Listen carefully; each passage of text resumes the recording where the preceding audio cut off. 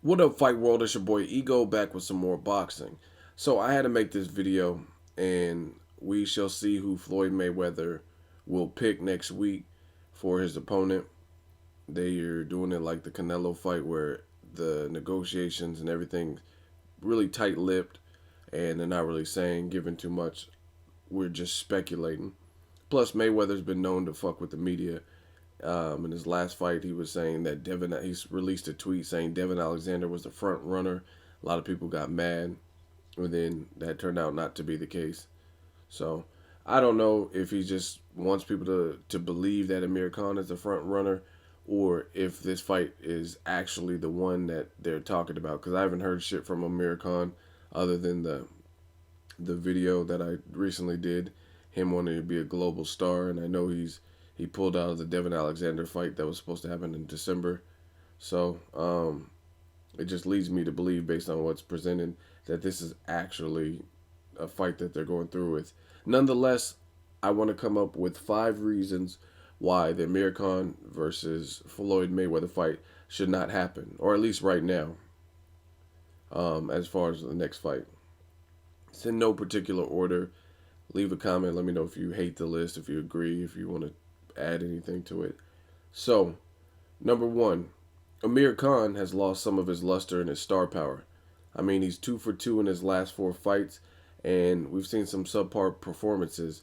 I think this fight made a little bit more sense when he was calling Mayweather out before, right around the time he was calling out Timothy Bradley, a little bit before, a little bit after. And just over the years, taking losses like the loss to Danny Garcia, the loss to Lamont Peterson. Now, if this fight would have happened after the Lamont Peterson fight, I still think it would have been okay, and there wouldn't have been as much of a public outcry for this fight not to happen, because the Lamont Peterson was a very competitive fight. He didn't get embarrassed in there.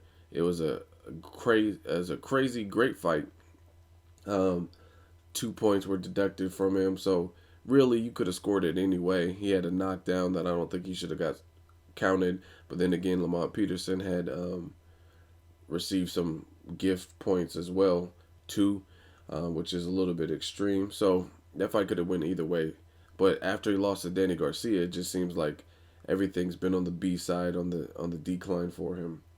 Number two, too many others have rightfully earned a shot at Mayweather for the Mayweather payday. You got guys like Pacquiao, who's trying to reinvent himself, show that he's still hungry, had a very dominant performance against a relentless pressure fighter like Brandon Rios, who he's not gonna, at the very least, he's not gonna bow down easily. And it was a shutout, and Pacquiao did that coming off a knockout. Plus, if you look at Pacquiao just overall, the entirety of his career, the hype from 2008, his resume, what he brings to the table in terms of skills, the speed, the power, the angle, looks like a good fight. Plus, Pacquiao has some drawing power too, even though he didn't sell that much in his last pay-per-view buys with Rios. But then again, Rios wasn't a certified pay-per-view star like Mayweather is. So I think Mayweather and Pacquiao still would do numbers because they're both certified stars, and they don't have to. It's not like one has to bank on the other because they both had pay-per-view headlining performances. You also have Timothy Bradley. Without a doubt, Timothy Bradley deserves a crack at it. He's undefeated. He beat both Marquez and Pacquiao. Bradley showed he's a warrior in the Ruslan Provodnikov fight. It's a tough fight. He shows like he's improving in terms of just overall experience, getting smarter in there. Minus the Ruslan Provodnikov, that was a little bit sketch for Bradley performances, but just all in all, through and through, Bradley has a very solid resume, and he shows he's a warrior with a chin and slick. And I think that would be a good style matchup against Mayweather. We know Mayweather could beat the aggressor and the slow fighters, or fighter A and fighter B.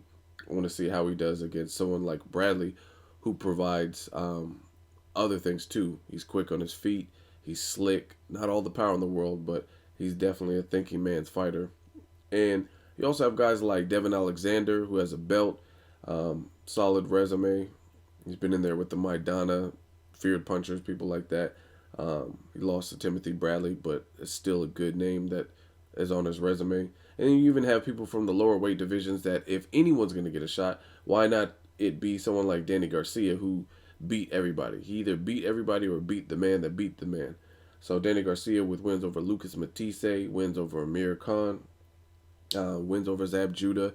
He showed you his flexibility, and he showed you that he can take on different types of styles, and he's still game. From Eric Morales on, it's just been on for Danny Garcia. So I think if anyone from a lower weight division is going to move up in weight, at least be the winningest person from the 140-pound division who has some significant wins on his resume. In fact, he actually has wins over people he was supposed to lose to, like almost everybody. Eric Morales in the first fight, he was supposed to lose that fight. Eric Morales was the title holder with more experience, and Danny Garcia was relatively unknown. And the Amir Khan fight, a lot of people thought Amir Khan was just going to best Danny Garcia. He's too fast, too experienced. Same thing with Zab Judah. A lot of people thought, even though Zab Judah hasn't necessarily showed up in other performances, that it was a bad style matchup. Zab was way too athletic. He was a southpaw.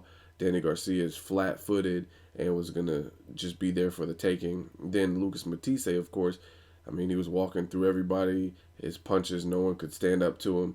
And Danny Garcia had a great performance against him. So just, again, too many other people have rightfully earned that spot. It's just like if a store, Best Buy, is having the Xbox One and the PS4, and then you got people who are waiting the night before, camped out, waiting to midnight, there shouldn't be somebody who could just walk up and just because he knows somebody, just walk up and automatically bypass all the people that have been waiting in the cold and the sleet, snow, and all kinds of shit to get that Xbox or to get their hands on that PS4.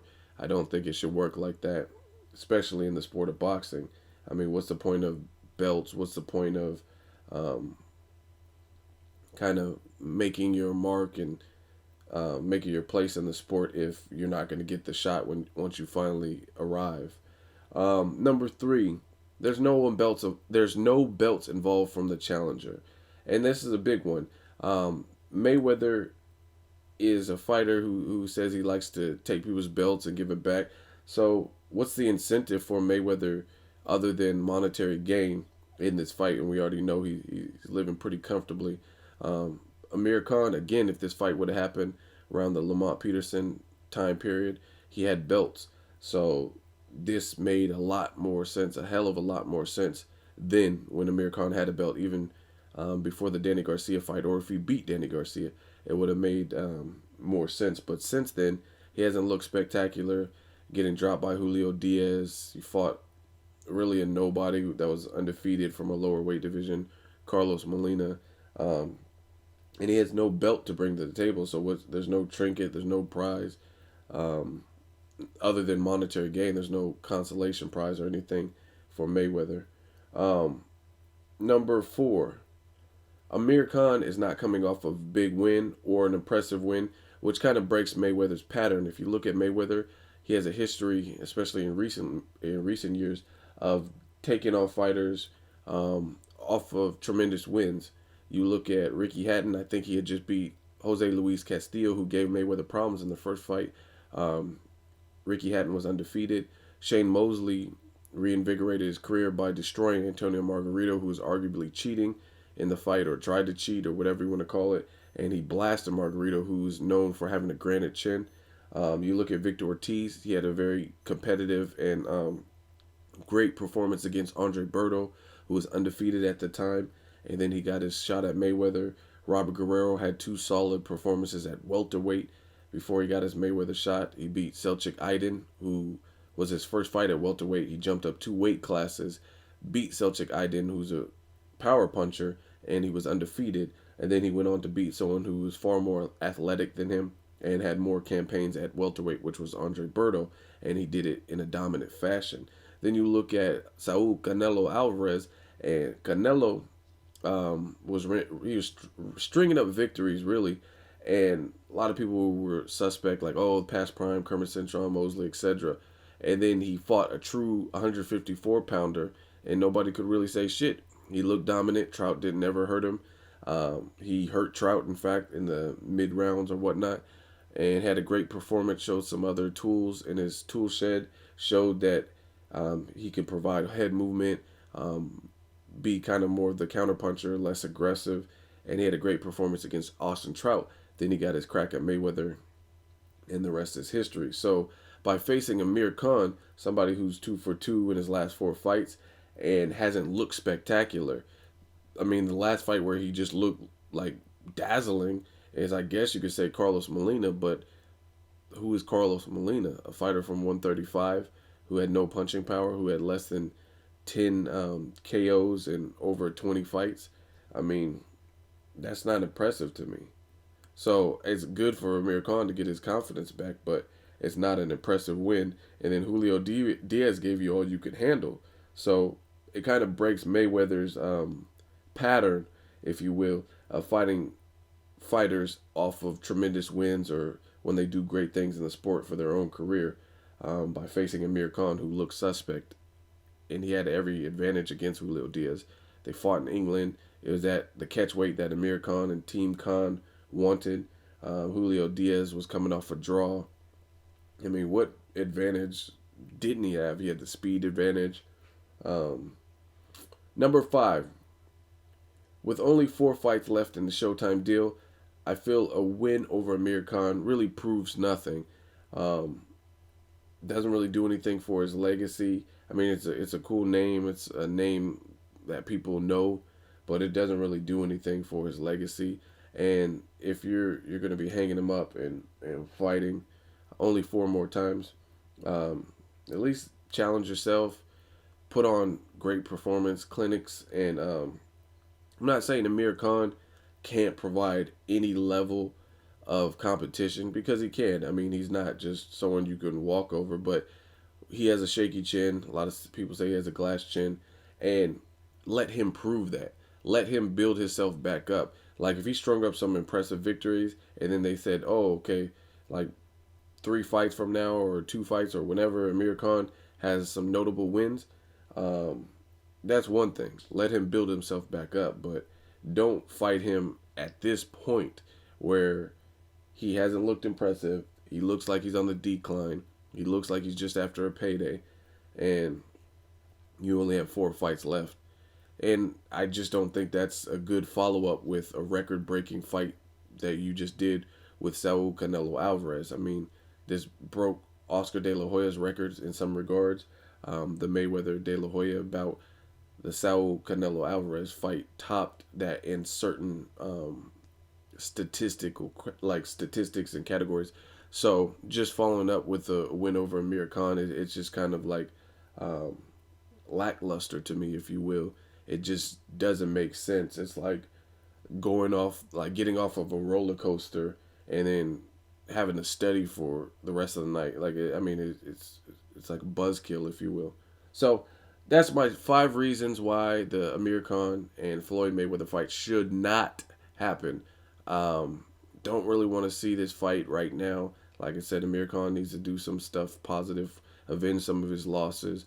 Um, Even if he were to fight Danny Garcia in a rematch, and if he beats him thoroughly and convincingly in this time, then they want to give him a shot. Cool. But at this given point, I just don't see it. I don't see what Amir Khan's done to the point where he should be in the Mayweather sweepstakes, especially bypassing the Pacquiao's, Danny Garcia's, the Timothy Bradley's, the Devin Alexander's, even Keith Thurman. Keith Thurman, solid puncher. He's showing boxing skills. He's steadily improving. Um, he looks like he could be a threat. So I just see him looking more impressive, beating a guy who was undefeated like Diego Chavez, um, showing his poise, showing he can go the distance against Zibik. I see more promise in fighting Keith Thurman than fighting Amir Khan right now, just with where Khan's career is. Let me know what you guys think. As always, hate, comment, or subscribe. Till next video, it's Ego signing off.